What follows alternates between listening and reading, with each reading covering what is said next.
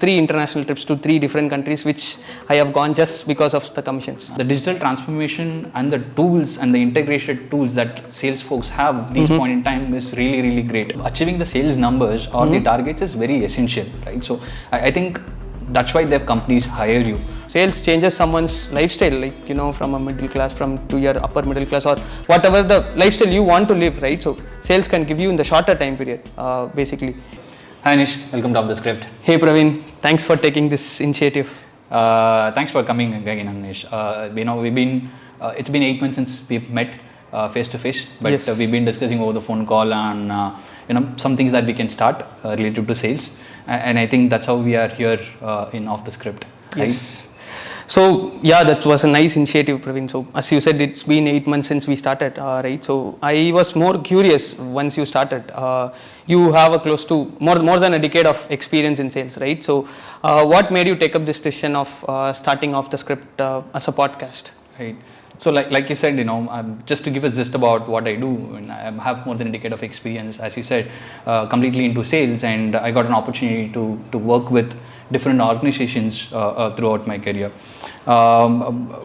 Particularly in the last 1 year, I have noticed EdTech as an industry, is not doing great. Yes, absolutely. Having said that, I have also, seen a lot of people started applying for jobs.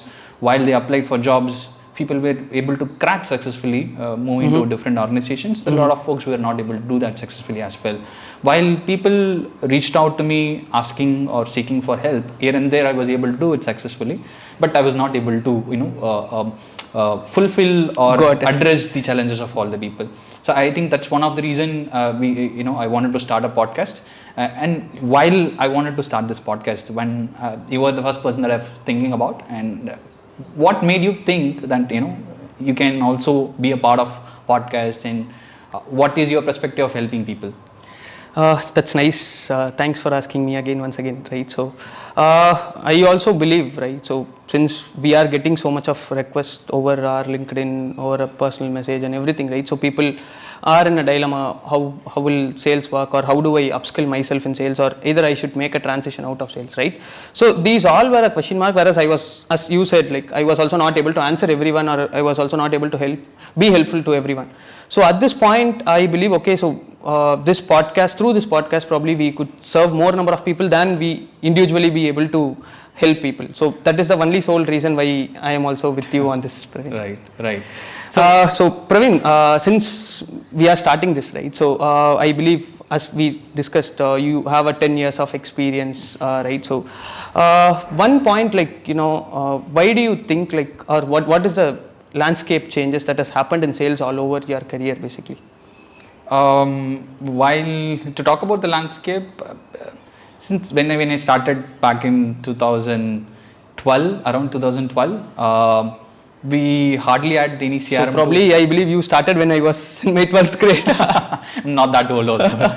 Right. So when I started, working in a sales organization, we did not have many tools that what we have at this point in time.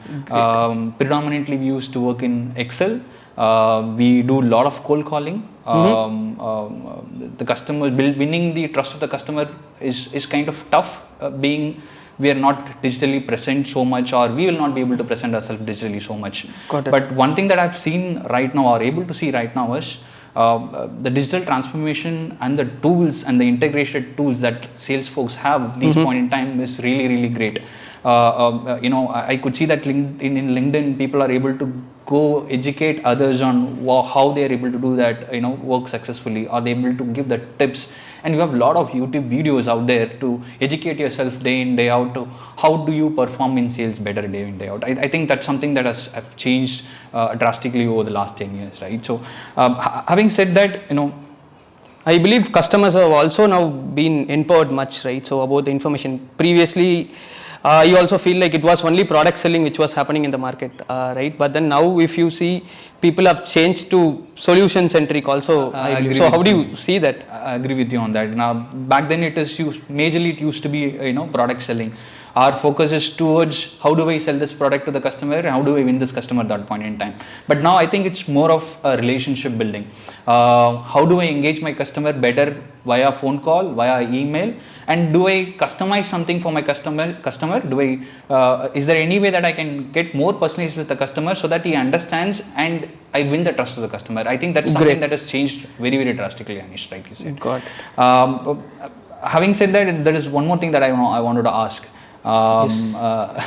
Like it's related to the commission in sales. When I say commission in sales, generally there is notion people tend to work in sales because there is a high commission attached to it. Obviously. And when people say there's a commission attached to it, one person whom I know who got or who have gained a lot of commissions over his sale career, somebody is you. I think you will be the best person to answer this question. How do you think, or what do you think made you get a lot of commissions, and what kind of commissions that you got while you working in different organizations? See, I closely have, as I said, half a decade of experience, and I have worked with 2 to 3 organizations in this time period, right? So I would say, see, sales is not about the paycheck that you get at your month start or your month end. It's all about the commissions. So take my example basically. So it's not like 1 time, 2 time, or it's 3 times, 3 international trips to 3 different countries which I have gone just because of the commissions. Nice. So all the gadgets whichever I own now is just because of commissions, not because of my paycheck at all. Right. So in sales, if you look up, right, so sales is the easiest job which you would be able to do also, and it's not about a job or something. Sales is a place where you can live your lifestyle, whatever the lifestyle you want to do. It reflects, your lifestyle can be reflected in your performance in sales. It's all about that money. So you can earn more. We have seen people like, there are so much of people who have earned just by commissions, not by the paycheck, right? So that is what sales gives you. Sales changes someone's lifestyle, like, from a middle class to your upper middle class, or whatever the lifestyle you want to live, right? So sales can give you in the shorter time period, basically. So that is one good thing, and as you said, I would be the one of the example for you. I have one more small doubt. Like today generation people, right? So when they are coming into sales, they do expect that they wanted to be promoted in a 6 months time period or a 1 year time period, right? So on a shorter duration, everyone wants the growth to be seen. That is how people are portrayed, but then they feel that numbers are more enough to get into the next level in the sales career. So how do you see it from your perspective? Right. So see, in sales, achieving the sales numbers or the targets is very essential, right? So I think that's why their companies hire you. Your job is to achieve these targets in order to get the salary along with the commission that we were talking about earlier. While this becomes essential, there are a lot of other factors which comes into play while we are looking for a career growth. To answer few, along with the sales numbers, I think people have to essentially build on how do I develop one more person in my team. For example, if you are able to do your numbers successfully, can I go ahead and help others in my team? If in case, let's say I'm somebody who is good in cold calling, or I'm somebody who is good in negotiation or closing, so is there anything that I can do to my fellow team members? Is there any few important things or few different things that I might be doing at this point in time which might be helping me to do that? And is there anything that I can do to share that knowledge to someone else, and I can help the other person to get there? So that is one thing that is essential. Along with that, while we try to do the numbers, following the process is very much important. When I say process, why a lot of companies are able to successfully operate these times is because they build a robust process which everybody sticks to it, right? So I think in sales also, while the company is trying to build the process, you try to adapt to the process. While you try to adapt the process, wherever you see there are challenges that you might feel as a salesperson, you should go on voice out, right? So because the company expects you to come and take that additional initiatives apart from doing your numbers.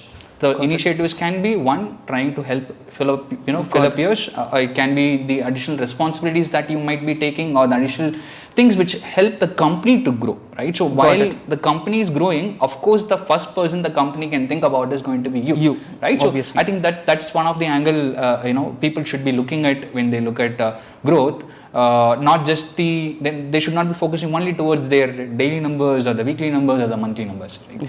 So I think that I pretty much answered your question. Yeah. Right. So Anish, like since we are talking more into sales, one thing that I've also noticed, in sales is a common keyword, right? Obviously. Or I can say it's a job work title, I can say, as a salesperson. But sales is something which, when you go to different organizations, it operates in a different way. Right? So in B2C it operates in a different way, in B2B it operates in a different way. Why there is a difference among sales?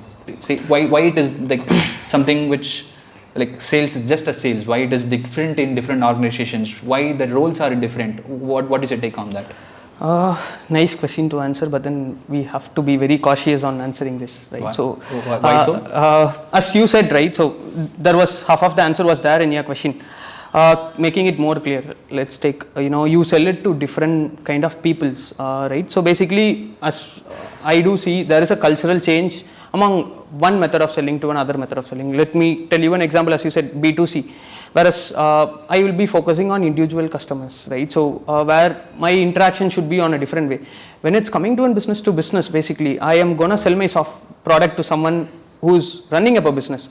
So my conversation goes on a different way, and probably the research also which we do for a B2C, B2B, or a D2C, or a B2 government, everything, right? So that differs from one particular zone to particular zone. I believe that's because of the cultural change which is coming in, and the product expectations which the businesses do run, or which the individuals want to own, right? So there are multiple changes coming in, and I believe at one point we all get into one point nowadays, as we were discussing earlier, on the landscape, right? So it was not at all a product selling. Earlier it was a product selling, correlating it. Now everything, probably the process might be different. At the end, if you have a good relationship with the customer these days, then you would be able to succeed and you would be able to close the deal. So if you look up at every person, let's take on LinkedIn or on YouTube or on so many blogs, people have started writing more on solution centric selling. So I believe probably after a decade or some time, this might change or might not change into one path of SDR, or one common name for all the salesperson, basically. So that is one reason. So the main reason is the discipline that we do show, and the cultural changes which comes from products to products, or people to people whom we are going to sell, is something which has given so much of differences these days. But then nowadays it's changing to one funnel, which is solution selling with relationships. Right. Yeah. See, since Anish, we've been discussing a lot about sales and the landscape and how things are working out there. As a salesperson, I have had a lot of downtime for myself, where I felt sales is not my cup of tea. I should be moving out of sales, or there are times where I feel frustrated, and I had a lot of downtime throughout my career. And I found my ways to overcome it. And since you're also a salesperson, you've also been doing numbers successfully in our organization. Have you had any downtime where you've not done your numbers, or what kind of motivates you to come across or overcome the hurdles that you might be facing on a day-to-day life in sales? So see, downtime in sales is always gonna be there. So you might be a performer for 2 months, third month you will have your downfall. So obviously, as a salesperson, you have to come across all this ups and downs. But then how do you come out of it? That matters a lot. So today, probably what happens, I'll tell you what is the reality which is happening in the market is, you could see so much of people. Let's take, someone might be in performer in an organization for 8 months down the line. He might have got plenty of commissions coming in. He might have been the top performer. All the perks which the company gives, he might have grabbed it. At one point, he might have felt the downtime on the 8th month or 9th month, whatever it is, and suddenly that employee, that person obviously comes and thinks, okay, so sales is not going to be my cup of tea. Right? So even I have also felt at times, it's not one time, two time, I have felt it for in my 7.5 years of career. I have taught it more than 6, 7, 8 times. All of us go through this. Yeah, every salesperson have to go through this. But then at one point, I think for the first 2 times, I was just trusting up the process, and I was doing everything what has to be done. What I was doing as a performer, let's take, I'll go back to my initial days. I'll not go back to my good days. I'll go back to my old days where it all started. Right. So people which nowadays people are hesitant to do that. Let's take, when I'm starting in, I have put in so much of efforts to understand how this works for me. So probably we have to go back to that process and then start doing all these things. Let's take, you have to reach out to n number of people. Right. You have to reach to n number of people. Right. Again, to understand what is the pulse of the people, right? So it's not about just you and the people, or it's not about you and the data which you have that you can go ahead and speak. It's about how you approach people. Everything you have to go back to your basics. You have to understand. You have to do a self work, self homework. Sorry to interrupt here. When you say you go back and do the basics, what exactly you mean by doing the basics? So that's what basically, going ahead and reaching. Let's take, as a performer, I would have been reaching out to 25 people or 30 people, which I would have met my target. At the initial stages, if you look up where I started, I would have been reaching out to 100 people or 150 people, right? Which most of the people hesitate to do these days. Let it be my downtime. People think, okay, I will get it one day. Right? They are not finding a way, okay, what should I do to get it done? So probably your efforts must increase on that point, which would eventually turn up slowly. Probably not on the 1 day or 2 day, you reach out to 150 persons on a daily basis for 2 days, that won't turn up. But then the 3rd day, 4th day, you start understanding the pulse of the customer. Probably since you have a plenty of experience, you will automatically bring in all your experience, which is eventually helped me all the 7 times, I believe, to come out of the zone. And one more interesting fact which happened for my life is basically, I never said my parents that I am a salesperson. And whenever I told, they said, this is not going to be a cup of tea, this won't work, you will have so much of pressure and everything. But then, as we discussed earlier, all the perks, when they came to know that I am flying out of country, or I have bought these many gadgets, or while paying my family bills and everything, that is when they were happy. I was happy to see them. Okay, they thought, okay, this is paying you this much, nice. And then at that point I felt, okay, so whoever has paid me is behind me, who's not with me, but then whoever said no to me probably are happy in front of me. So that motivates me to go forward, to again run for all the commissions, perks and everything which the organization or whatever the best we can get out of sales.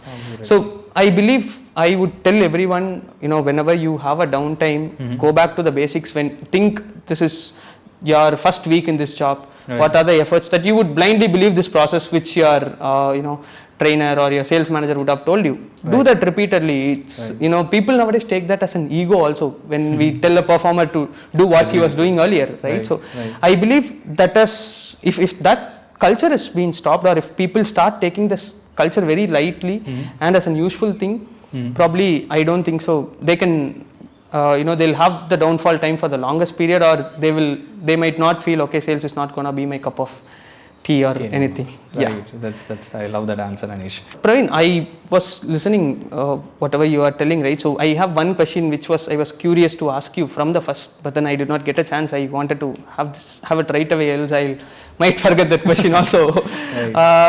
You had a very long career in sales, right? So have you ever thought of transitioning from one vertical to other vertical? Let's say from B2C to B2B, or from B2C to B2G, or from B2C to B2I, or from any other different roles. Have you tried having a transition? I did, Anish. I think throughout my career, I did work into B2C predominantly. I did not get opportunity to work in B2B. I tried applying for opportunities into B2B. While I applied, I did not get many responses from the organizations. Initially I was hesitant, okay, just because I'm from B2C, people not hire me, right? So, but one thing that I have not done is I've gone through the job descriptions of what is the requirement for the B2B. I see that, I know I'm not somebody who have done it earlier, and still I go and apply. That is one. While I know that I don't have the expertise in that, applying for it itself is a mistake, and you're expecting the company to come and hire you. I don't think so. Which eventually everyone in LinkedIn would go for a quick apply. Right. So applying easy is not a solution. Rather, what I should have done, or what I see people are doing is, while you understand the job description which is readily available to you, what the companies are looking for, something that I think first of all I have to go back and I have to prepare myself for that. For example, if I know the tools which these companies are working on. So because the job description clearly says these are the tools you should have hands-on experience on. Got it. Now, like, let's say I don't have it, I should be putting that efforts to go back, learn all those tools, even though I don't have hands-on experience into handling these tools. Doing a certification probably in that, sometime it helps, or probably discussing with people helps. Going and attending events related to B2B helps. Or if you are focusing particularly on few companies, let's say in B2B, understanding that industry, for example, every B2B works on a specific industry. Got right? it. So what is that industry particularly this organization is working? How can I equip myself related to that industry? So when I go on, if at all I get an opportunity to sit in an interview, or when I get an opportunity to write an email to somebody, I can modify my content based on what the industry is doing, what is that company is doing, and I can change my approach completely. Even though my experience is into B2C, I'll be in a better position to sell myself for the B2B, because whatever the requirement they might be looking for, I've sufficiently enough learned it, and I have the skill as a salesperson to do the transition successfully. Got it. To conclude, I think. So one more thing before you are concluding, I have one more question. So do you think let's take someone is getting into this transition, right? Is the other transition companies okay with someone transitioning with more than half a decade of experience or more than a decade of experience, or the companies are more concerned in taking someone who is less experienced over there? So how do you see it? Like, what is your opinion on that? Because you would have applied on your earlier stages, right? I think having too much of experience into one particular industry and switching to a different industry is a tricky business, right? So it's definitely a tricky business until unless you are okay with probably starting from a scratch, or you should probably try and approach a startup which might be starting up new, where they wanted to set up a team, and you got an opportunity to crack that initial contacts to get into that company. I think that makes a difference if you are coming with large amount of experience. Got it. If you're not coming with large amount, let's say if you are somebody who's less than 5 years of experience, I think whatever I was telling earlier, I think it's pretty much workable. You can work on these areas, and I've seen people working on these areas and doing this transition already, right? I think the whole idea of us starting this podcast itself is about educating people. Yeah. Right? So probably I believe then we have to bring on so many people here to educate people on how do they make this work for them. Right. So I think the whole idea of this podcast is to help people navigate better in their career. When I say help navigate, how can I do the successful transition from one area to another? It can be within sales, it can be outside the sales. So the idea is to bring in people who have done that successfully. While I might have not done it throughout my experience, I also know a lot of people who have done that transition successfully. So I think we have a lot of people who have these questions. What we were discussing is not being answered out there, right? So we will have people who have the answers ready, and also will have them invited to our podcast to discuss more on these areas on what can help a person with less experience, what can help a person with more experience to do this, right? You wanted to add any points to what we are going to do in this podcast? Yeah, so it's all, I believe you have said everything clear. Probably we should go ahead and give people a roadmap, like, what has to be done, what skills you have to enter. Let's take, you have certain amount of experience and you need to get into a different industry, right? So we'll bring people who are expertise in that, who have made a transition work. It's not like people who are in that particular domain coming and telling their experience. So I believe probably we have to bring particularly people who have succeeded in transition or in particular verticals, from B2C to B2B, or from B2B to B2C, or B2B to B2G, anything, whatever the transition works, right? So that would help people more way, which would sum up all our efforts to help people and to navigate them how they do enter into that industry. Just to add on, while we're talking about the roadmap, I think the roadmap that what we were discussing is more related to give them a clear indication on what are the necessary steps somebody should take in order to get there. Like, for example, let's take somebody who just joined an organization who successfully done their job in B2B for a year. How that transition was possible. What are the necessary steps this person Got has it. taken in order to get there? I think that's something that we will be able to give people at the end of every podcast through our guest. That's great. That would be helpful for people to go through that. If they follow the roadmap, probably they would also end up being there, right? So the idea is to help as many sales folks as possible, give them that possibility that sales is definitely Their cup job of tea. position. Yes, this their cup of tea is a place where you can also shine. Not necessarily only you have to get into a tech jobs where you can shine. But see, if you are somebody who wants to get into a tech job also, which is totally understandable because sales might not be a cup of tea, but we will also bring in people who have done that, right? So great, right? So it's going to be like two-way. One, I wanted to continue shine in my organization. Also, in the current vertical. Also, I feel that this is not something that I can do. I wanted to move out, right? So I think we will bring a different set of people here in this podcast who will continue educating our viewers, and then through that, I'm sure that we'll be able to help as many sales folks as possible. Great, right? Great. So probably I believe if you are good at something, we are happy in collaborating with you, and we do expect more people to connect with us also. Whereas we would request you to come join us in this community, and we all together can help people understand and navigate them through what is success, how to be successful on this specific role or a specific category which they are expected. Yeah, that's all about. So to just to add on, we will reach out to as many folks as possible out there in LinkedIn who might have seen this video. We might have reached out to you. When we reach out to you, the one thing that we wanted to ask you or probably request you is that this is the idea of helping people to get better in their career, and I am sure that you will be happy to do that as well. So we just wanted to conclude here, and I think and one last thing, if you are someone good at you, don't hesitate, you can directly reach out to us. Right, cool then. Yeah, Thank you so much for watching us. Thank you so much for coming, Anish. Thank you.